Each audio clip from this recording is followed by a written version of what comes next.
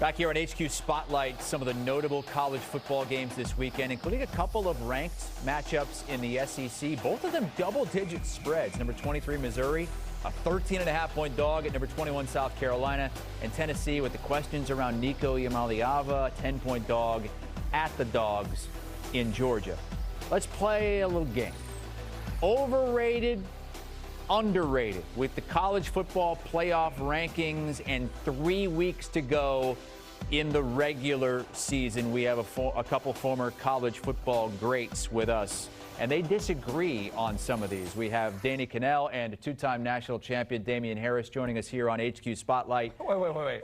I was a one-time. I almost said former ACC Offensive Player of the Year. But you did shortchange. We get it, Danny. Danny, you were great. You got your accolades. Okay, we get it. The one-time champ, the two-time champ, and the zero-time champ. Although I was part of a state championship. Just let it be, Danny. Let it be. I'm trying. Let's start with Penn State as we go overrated and underrated. Danny, their only loss is to Ohio State, but their best win is what? Illinois. Not ranked. West Virginia. Not ranked. Not ranked. Washington. None of those teams are ranked. Not ranked. I think they're overrated. I know where Damian's going to go with this one, and we're in total agreement on this one. The thing is about Penn State, they're almost a lock to make the playoff, which is kind of crazy. But I think the ceiling in the playoff is maybe one win, and I even think that win is very dependent on who the matchup is against. They'll probably get a home field advantage as well in the playoff, but I feel like this team is just capped at kind of where they are, and it's not in that elite tier where James Franklin has tried to get them.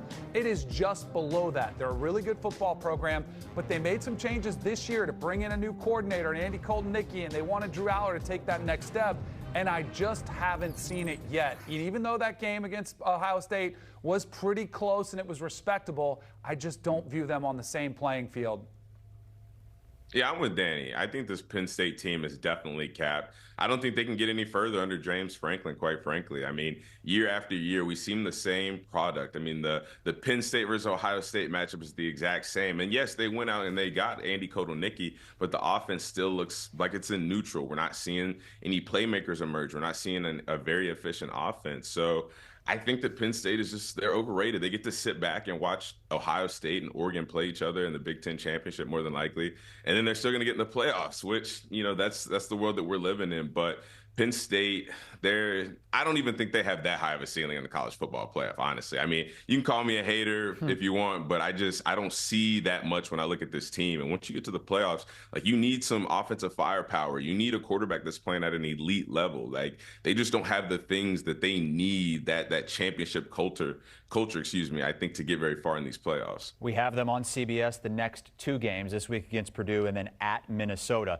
Ranked right behind them is a team that hasn't lost yet, the Indiana Hoosiers at number 5. We're already hearing it from people like Josh Pate. 11-1 Indiana might not make the college football playoff. What do you think about that? And are they overrated or underrated, Danny? I hate that they're held to a different standard that everybody else in college football is, or at least it feels like that. I think they're underrated. I think they're a really good football team that has dominated every single opponent except for one, and it was against Michigan the last time we saw them out there, and they still weren't really in danger of losing the game. They won by 5. They didn't win by 14, which was the point spread. But I think they've got veteran leadership on the offensive side of the ball with Curtis Rourke at the helm. They've got some weapons in Surratt as a wide receiver. They got a good running game in Ellison. And they've also got the best pass rusher in the Big Ten in Mikael Kamara, who's leading the Big Ten in sacks and tackles for loss.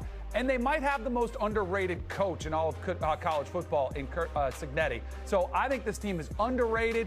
Do I think they could win a national championship? No. But I think they are more than deserving of being in the playoffs, especially if they keep it close, which is the one caveat that I think everybody kind of puts out there. Well, they better look good against Ohio State. Well, guess what? I think they will look good, and they'll be that one loss, and I think they get in.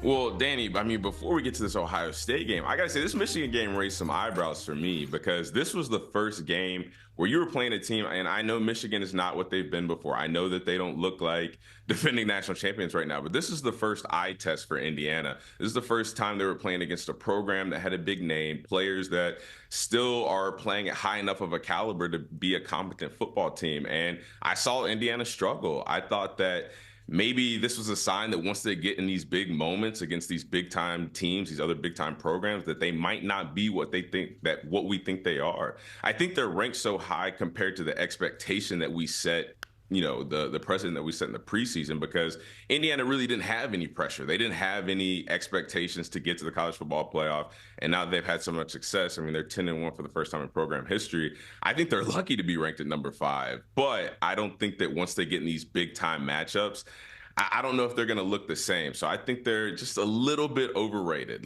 just a little bit. I'm not saying they're a bad team. I'm not saying that they can't make a run. But to your point, I don't think they're going to win a national championship. And I think that, some of the competition that they played and, leading to their record, I think that it's reflecting with this ranking. Okay, the team right behind them, kind of in that same boat, BYU.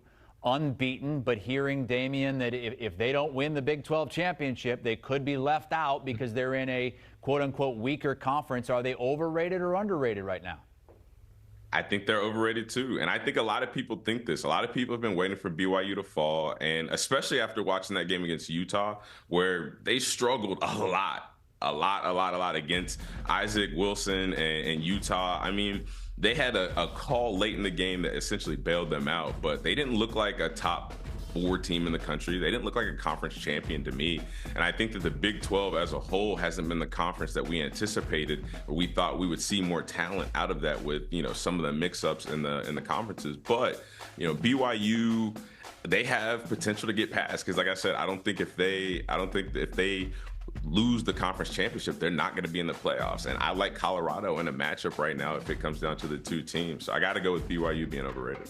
Damian, I agree. I do think they're overrated. I will champion their cause if they keep winning and they're undefeated, but I don't even feel certain about that. This weekend, they've got Kansas coming to town, and they're only a 3-point favorite. I wouldn't be surprised if they lose this one. So if they think we're haters or anybody else, just keep silencing the critics by winning. But you know what they remind me of? They remind me a little bit of the TCU team that we saw get to the playoffs and face Georgia. And then, because they were a little bit dicey through the regular season and they deserved to be there. But once they got to that biggest stage, you saw a massive gap. And that's kind of what this team reminds me of. But they have not I think we're going to see that with a lot Damian. of teams.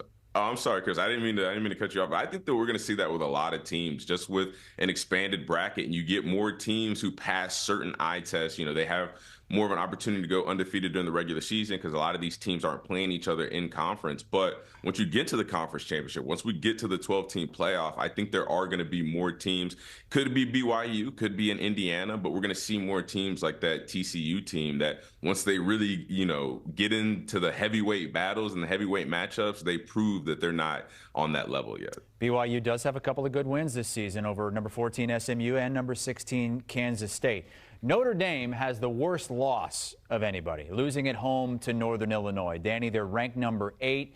They've been rolling everybody since, but you can't overlook the loss. Are they overrated or underrated where they are right now? Do you want to know what I replied to James, our producer? What's that? I said, I don't know. And I hate that answer because if I had to lean one way, I would say overrated.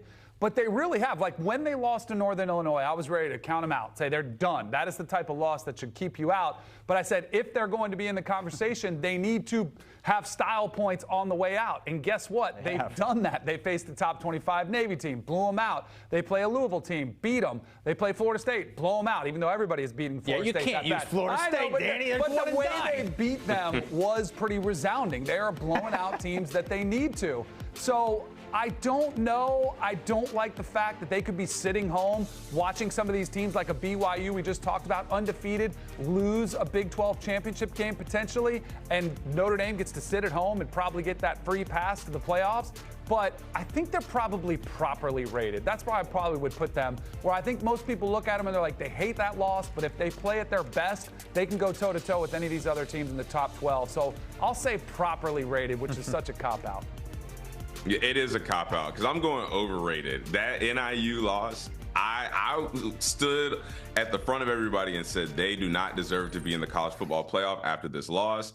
I know that they've won out. I know that they look good since then, but I still stand on that hill. I don't think Notre Dame is that good.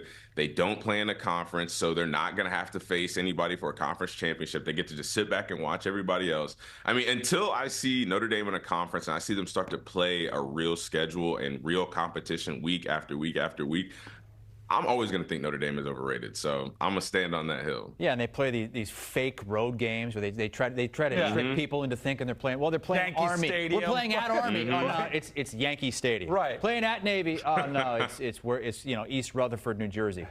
Let's go to your Alabama Crimson Tide, Damian. They are in playoff position right now after that great win last week, but they're the only 7-win team currently in the field at number 10. What say you, overrated or underrated?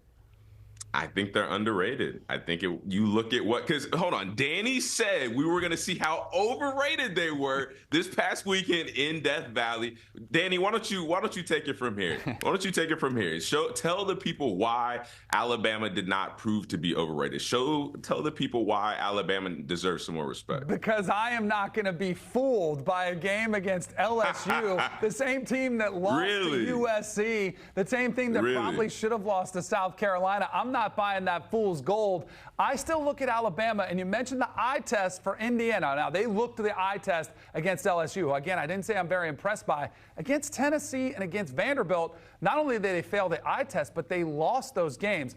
I will say this, and this is one thing that kind of Alabama gets treated differently than Indiana. If they play like they did and Jalen Milroe is healthy and he's able to run that way against most teams, they probably are one of the more underrated teams in the country. But he also was shut down the previous 4 games coming into this game. So I don't think they're going to be proven to be overrated against Mercer this weekend, one of those SEC cupcake games. But I am very curious to see what they do against Auburn. They probably should win that one. If they got into the playoffs, I think they'd be scary.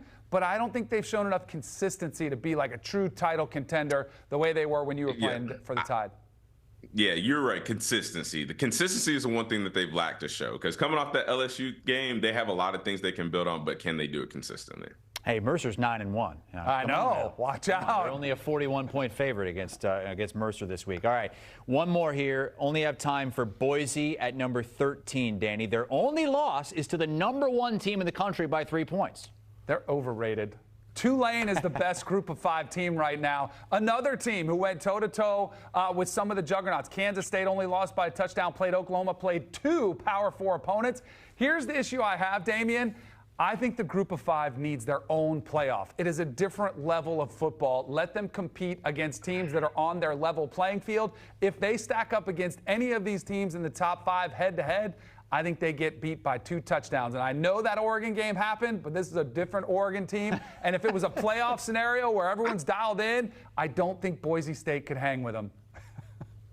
I'm trying to do the math. I'm trying to make it make sense because you just said the group of 5 needs their own championship. That way you can see if that winner can come close to beating one of the top 4 teams, which Boise State already did that, and they only lost by 3 on the road at Oregon. They've got one of the best players in college football. I mean, I understand that the G5 is at a different level, but Boise State, to me, is at a different level than a lot of other teams in the G5. So I don't know if you can put that ceiling on them like that, Danny. And I think that it's people like you, which are the reason why Boise State is so underrated. This is a good football team. I can see them going toe-to-toe with almost any team in the country because the players around Ashton Jeanty are starting to step up. The offense is starting to play better around him. Teams have to put almost 9 guys in the box sometimes, and his quarterback is playing better. His receiver's playing better. Everybody's playing better around him. So I think that they can do some damage. So they're definitely underrated in my eyes. And if they win out, hey,